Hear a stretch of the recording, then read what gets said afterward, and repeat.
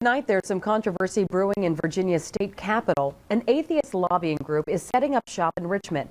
The group says it's in response to what they call some egregious legislation being passed this year.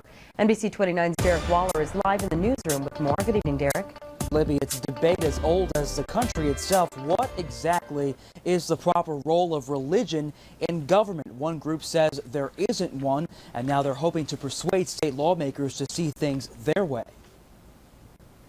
Arthur Byrne does not believe in God, and he says he's fed up with Republicans pushing religious agendas. They are very intrusive, it seems, and are set on eradicating the traditional wall of separation. A separation of church and state, he says, is slowly being wiped away. It's a question of balance. You obviously can't say, because we also have freedom of religion, that no, there is to be no religion in society, but there does have to be a delineation between the spheres of secular government. And a group of lobbyists in Washington, D.C. feel the same way. The Secular Coalition for America is launching atheist lobbying efforts in state legislatures across the country this year, including in Virginia. People bring their different values to the governmental process from different places. Democratic House of Delegates Minority Leader David Toscano is not endorsing the group, but he says they're certainly welcome in Richmond. I think it's important to recognize that there's a role for everyone to participate in the governmental process. The coalition is not new to Virginia. This year, they spoke out against legislation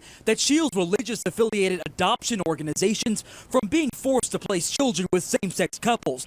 But this will be the first time an openly atheist group will set up a permanent home in Richmond. It's another voice in the free marketplace of ideas, so I consider that part of it definitely a good thing. And the Secular Coalition for America says they're targeting state legislatures specifically because they say that is where they're seeing the most religion-backed legislation getting passed. Now, the next General Assembly session does not start until January. Libby? Derek Waller live in our Charlottesville newsroom tonight. Thank you, Derek.